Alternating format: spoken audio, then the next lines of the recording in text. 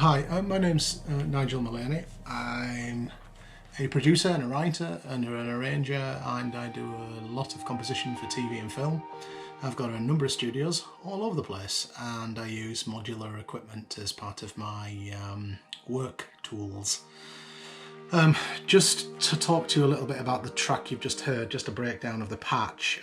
In my rig I've got the Make Noise Tempi, which is doing all the master clock and individual stated gates, which is really interesting. Marbles, which is the wonderful random sampler, which is controlling some of the percussion and some of the trigs for the envelopes. The Basimilus Satiritus Alta, which is one of my favourite modules for doing the really nice bell style, FM style counter melody. It's principally marketed as a percussion instrument, but it's far more flexible than that. The O-Tool, which is a great reference utility. Platts, Contour, Optimix giving me the essential envelope controls. Rosie, which I'm using just to return some external effects and a couple of inputs. I've got the Strymon, which is doing all the plus 18, minus 18, because I've got the output from the BIA going into the Eventide H9, then back into the rig. One is playing back the kick sample, which is sampled from my Vermona. Pico Drums is doing a really nice SP1200 style hi-hat and snare, which actually is from my SP1200, which is great. I've got a Neuron, which is my favourite hi-hat machine, going into the shape, and it's just astonishing.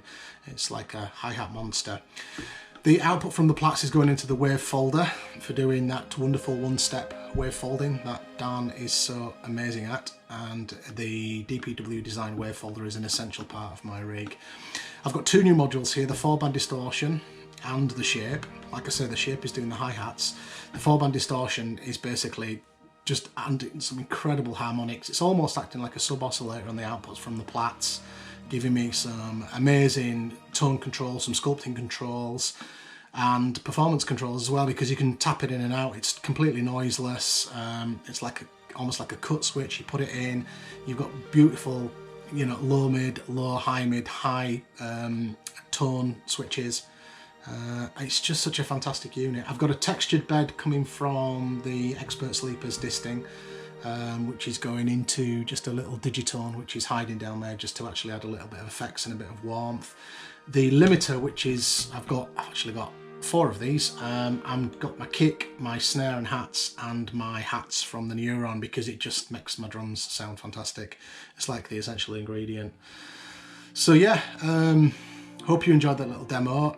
There's lots of amazingly talented YouTube guys, I'm sure, are going to get deep on what the 4-band distortion can do and what the shape can do over the next few weeks, but I just thought I'd just do a little performance based and just see how tonally you know, it kind of sits in. If you've got any questions or you want to get in touch with me, just yeah, drop me a line, and I'm more than happy to answer any questions on any of the pieces of kit. I mean, one of the things that I'm trying to do is step behind the curtain over the next few months, because I've been running my publishing company for over 20 years now, and I've decided that it's about time people knew who I was. I like my anonymity, I'm very precious of it, but I've got a lot of knowledge and a lot of experience that I'd love to be able to share with you guys. So yeah, thanks for listening, thanks for watching this video, and yeah, dig deep, get yourself some DPW design stuff, it's marvellous. Okay, bye bye.